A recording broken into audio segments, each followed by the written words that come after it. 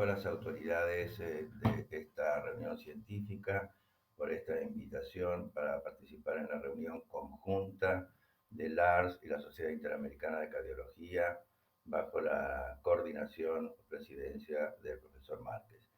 En esta presentación me voy a referir a las taquicardias de QRS angosto.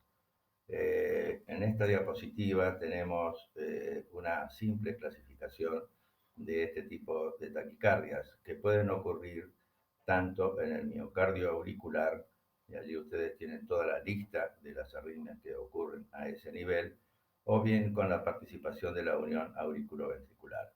Como arritmia muy particular y poco frecuente, las taquicardias ventriculares con QRS angosto que ocurren en los sectores proximales del sistema de conducción intraventricular. Empezamos mostrando entonces distintos ejemplos de las taquicardias que ocurren a nivel auricular. La taquicardia sinusal, que ustedes ven aquí en una tirotoxicosis, presenta, como ustedes ven, una onda P de aspecto sinusal, pero algunas veces es difícil diferenciarlas de una taquicardia por foco ectópico. Como ustedes ven en la parte inferior de la diapositiva, es posible diferenciarlas con una simple maniobra, como es la compresión del seno carotídeo, en donde ustedes pueden observar una disminución de la frecuencia cardíaca durante la compresión carotidia y al suspenderla nuevamente vuelve a la taquicardia. Esta es una forma segura de hacer el diagnóstico. En este diapositivo tenemos la taquicardia sinusal inapropiada. Esta es una entidad más frecuente en adolescentes, gente joven, especialmente mujeres, que padecen palpitaciones y síntomas relacionados con la arritmia.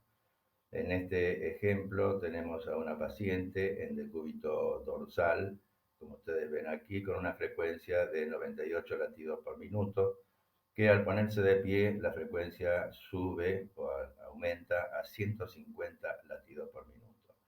En esta imagen, en la parte inferior de la diapositiva, tenemos el registro de la frecuencia en un estudio Holter, en donde ustedes ven que durante las horas del día la frecuencia cardíaca está por encima de los 100 latidos por minuto. Hay un discreto descenso durante la noche y nuevamente al ponerse de pie al día siguiente la frecuencia cardíaca aumenta a los valores que tenía durante el día, durante todo el día.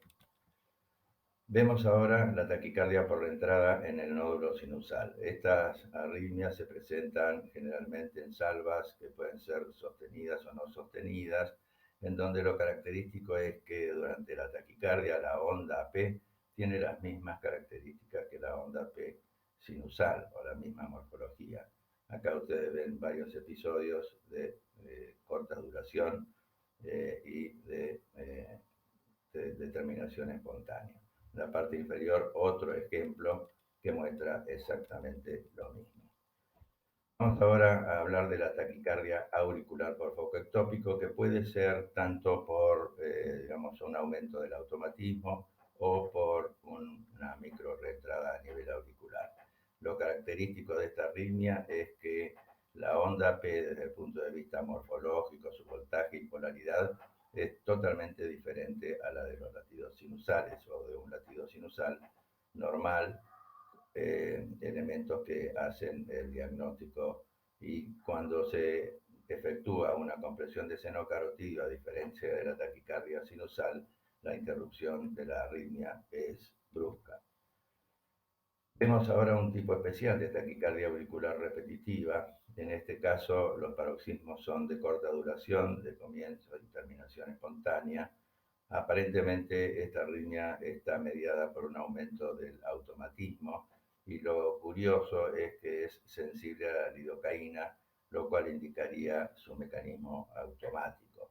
El doctor Chiale y colaboradores publicaron este tipo de taquicardia en el Journal del American College of Cardiology. Acá tenemos otro ejemplo de taquicardia auricular sensible a la lidocaína en esta paciente de 46 años que durante prácticamente 40 años presentó esta arritmia, y curiosamente también sensible a la lidocaína. El foco parece estar digamos, en la parte baja de la aurícula, cerca del anillo tricuspidio. El tratamiento con mexiletina en este caso resultó sumamente efectivo. Veamos ahora otra forma de taquicardia auricular con QRS angosto, que es la taquicardia auricular multiforme o por marcapasos errantes. Como ustedes ven, la onda P cambia continuamente de morfología, en este caso tiene alta frecuencia con bloqueo auriculoventricular variable y en general es una arritmia premonitoria de una fibrilación auricular. Veamos ahora el aleteo auricular. Habitualmente se presenta con una frecuencia de 150 latidos por minuto, como ustedes ven en este ejemplo. Acá se adivinan las ondas del aleteo, pero una compresión carotidia nos permite confirmar el diagnóstico y aquí vemos las características típicas de las ondas de aleteo en diente de sierra con bloqueo bivariable, esto producto de una compresión del seno carotidio que nos permite visualizar este tipo de morfología del aleteo auricular, que en este caso se trata de un aleteo típico en donde el circuito de la estimulación en la aurícula se hace con rotación antihoraria. En este otro ejemplo de aleteo auricular tenemos la forma de rotación horaria que llamamos atípico, en donde las ondas del aleteo son positivas en las derivaciones en donde antes veíamos la típica forma en diente de sierra. Ustedes ven acá las ondas del aleteo positivas en D2, D3 y ABF. Acá tenemos otros ejemplos de aleteo auricular, pero donde quiero señalar que en algunas ocasiones puede presentarse el aleteo con una conducción 1 a 1 y la frecuencia ventricular está cercana a los 300 latidos por minuto, con lo cual estos pacientes son sumamente sintomáticos y que si la arritmia persiste pueden evolucionar al fallo cardíaco. La cardioversión eléctrica es una necesidad urgente en estos pacientes para sacarlos de esta condición. Acá tienen ustedes dos ejemplos de taquicardia con QRS angosto en aleteo con conducción 1 a 1. En la fibrilación auricular, lo característico es la ausencia de actividad auricular reconocible, con intervalos RR irregulares, por todo el tiempo, como ustedes observan aquí en este episodio, digamos, paroxístico de fibrilación auricular interrumpido por una etasístole ventricular. Las formas de presentación de la fibrilación auricular, como ustedes saben, pueden ser paroxísticas, en forma transitoria, en donde es necesaria una intervención farmacológica o eléctrica, y las formas permanentes, en donde ya no es posible retornar al ritmo normal o al ritmo sinusal. En la parte inferior les muestro un episodio de fibrilación auricular que se interrumpe espontáneamente en un paciente con enfermedad del nódulo sinusal. Como ustedes ven, al interrumpirse la arritmia se produce una pausa prolongada con un escape de la unión auriculoventricular. A veces estas pausas son más prolongadas y causan cuadros presincopales o sincopales. En esta condición de enfermedad del nódulo sinusal, la arritmia puede ser tanto una fibrilación auricular o la taquiarritmia, puede ser una fibrilación auricular, una taquicardia auricular o un aleteo auricular. En todos estos casos, la rápida frecuencia produce una depresión por sobreestimulación del nódulo sinusal, que es la causa o la razón por la cual tienen estas pausas para interrumpirse la arritmia. La epidemiología de la fibrilación auricular la menciono rápidamente, aunque seguramente el profesor Baranchuk se va a extender en este tema en su charla. Y acá vemos que la prevalencia de esta arritmia es de alrededor del 2% en la población general y que después de los 75 años estos porcentajes ascienden a un 16% en los hombres y un 12% en las mujeres, lo cual indica una relación estrecha entre la edad y la prevalencia de la arritmia. Tanto es así que se estima que en pacientes o en personas de más de 65 años ya han padecido o padecen alguna forma de fibrilación auricular. es probable que estas cifras estén subestimadas, dado que muchas formas de fibrilación auricular son asintomáticas o no son diagnosticadas.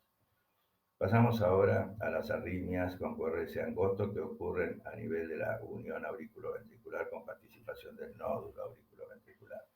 Acá les muestro una taquicardia no reentrante por doble fisiología, observen que está entre comillas, o sea que esta es una condición no fisiológica, sino de enfermedad del nódulo sinusal, de este nódulo auriculoventricular. Acá en esta paciente teníamos un día un PR de 58 centésimas de segundo, al día siguiente 26 centésimas de segundo, PR muy largo en el primer electro y el PR corto en el segundo electrocardiograma. Al estudiarla en un electrocardiograma convencional, la paciente presenta la arritmia con la particularidad que vemos aquí. Tenemos una onda P y dos complejos QRS siguiendo a cada onda P durante todo el trazado. En la parte inferior, la taquicardia es con las mismas características, una P, dos QRS, pero aquí vemos como en la vía lenta, o sea, la que tiene el PR muy prolongado del nódulo auriculoventricular, se produce un fenómeno de Wenckebach que termina, ¿no es cierto?, con la arritmia en el momento en que aparece una extrasístole auricular. Vamos ahora a las taquicardias por entrada en el nódulo auriculoventricular. Acá tienen ejemplos de distintas situaciones. La que está indicada con la letra A corresponde a la forma más frecuente, que llamamos lenta rápida, en donde una extrasístole auricular, siempre son las extrasístoles o los latidos prematuros auriculares los disparadores o gatilladores de la arritmia reentrante en el nódulo auriculoventricular. El latido prematuro se bloquea en la vía rápida, que tiene un periodo refractario más prolongado que la vía lenta. El impulso atraviesa la vía lenta. Cuando llega a la parte inferior del nódulo auriculoventricular, puede retornar por la vía rápida y volver otra vez por la vía lenta, y de esta manera se establece el circuito de la taquicardia. Estas taquicardias probablemente son, junto con las que utilizan vías accesorias, las más frecuentes observadas en los laboratorios de electrofisiología y pasibles de ser tratadas con ablación por radiofrecuencia, con una tasa de éxitos muy elevada. En este otro ejemplo tenemos una forma lenta, en donde el impulso del estímulo prematuro baja por la vía lenta, pero también sube por otra vía lenta hasta que se establece un circuito en donde la conducción es tan lenta en los dos sentidos que la onda P se va a ubicar en la parte media de la diástole ventricular. En A, la onda auricular retrógrada está ubicada dentro del QRS o inmediatamente después del mismo, que ya lo vamos a mostrar en algún ejemplo. Y esta es otra forma en donde la taquicardia por la entrada en el nódulo es disparada por una extrasístole ventricular que se bloquea en la vía lenta, sube por la vía, se bloquea en la vía rápida, sube por la vía lenta, y así otra vez se establece el circuito de la taquicardia. Veamos algunos ejemplos. Aquí tenemos una taquicardia paroxística por reentrada intranodal. Lo que tenemos que hacer en estos casos es buscar, ¿no es cierto?, alguna pista como para visualizar la onda P que tiene que estar ubicada, en el caso de una reentrada intranodal, inmediatamente después del intervalo QRS.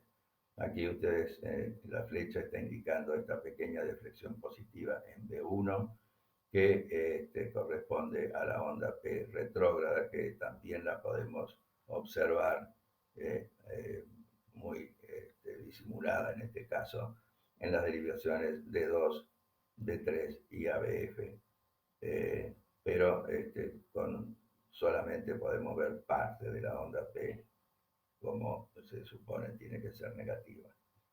Siguiente ejemplo es de otra taquicardia por entrada intranodal, y también aquí en la derivación B1 vemos que en la parte final del QRS hay una discreta positividad que nos permite sospechar el diagnóstico. Vamos ahora a las taquicardias por la entrada auriculoventricular por vías accesorias.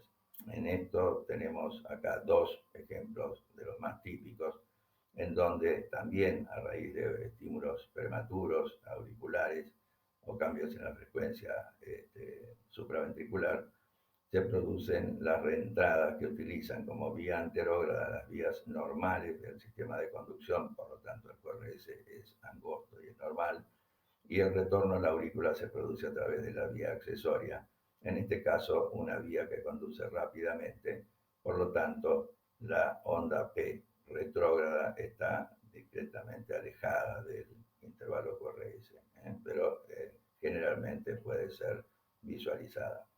Este otro ejemplo corresponde a una vía accesoria de conducción lenta retrógrada que hace que el circuito de la taquicardia tenga una conducción más lenta en el sentido retrógrado, de manera tal que la onda P auricular retrógrada se inscribe tardíamente en la diástole y así tenemos que la relación de la onda P con los QRS es RP mayor que PR. Veamos algunos ejemplos de esta condición. Acá tenemos una taquicardia paroxística auriculoventricular ortodrómica, en donde el QRS es angosto, como ustedes ven, y en donde tenemos que investigar la presencia de la onda P. Aquí ustedes la ven en la derivación de 1, en ABL, que está más alejada del intervalo QRS que en el caso de las reentradas intranodales. Y aquí tienen ustedes otro ejemplo, digamos, típico de esta taquicardia.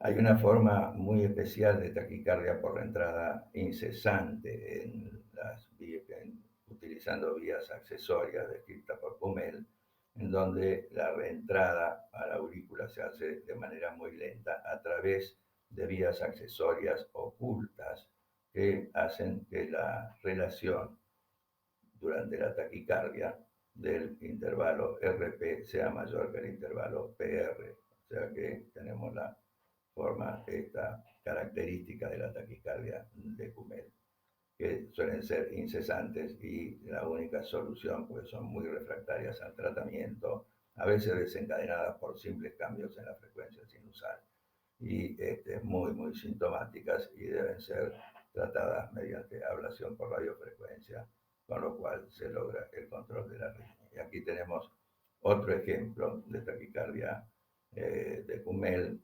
incesante, con un RP mayor que el PR, como ustedes lo pueden observar claramente acá en estas derivaciones. Y en el registro intracavitario vemos que la actividad auricular muestra un intervalo RP mayor que el intervalo PR. Veamos ahora una situación no muy frecuente, que es la taquicardia paroxística de la unión auriculoventricular. Los intervalos QRS son regulares en estas taquicardias, a veces se presentan en forma de paroxismos o salvas y en otras ocasiones en forma sostenida. Una de las condiciones que permitía observar este tipo de arritmia era la intoxicación digitálica o el tratamiento con digitálicos. En la actualidad se ven pocos, a veces se ven formas permanentes en chicos que son muy difíciles de controlar. Aquí en la parte inferior vemos el esquema de Lewis, en donde está graficada esta particular forma de arritmia, en donde vemos que el foco está ubicado en la unión auriculoventricular con bloqueo retrógrado en todos los latidos, que además presenta disociación del ritmo, con el ritmo sinusal. Y por último, me voy a referir a la taquicardia ventricular angosta.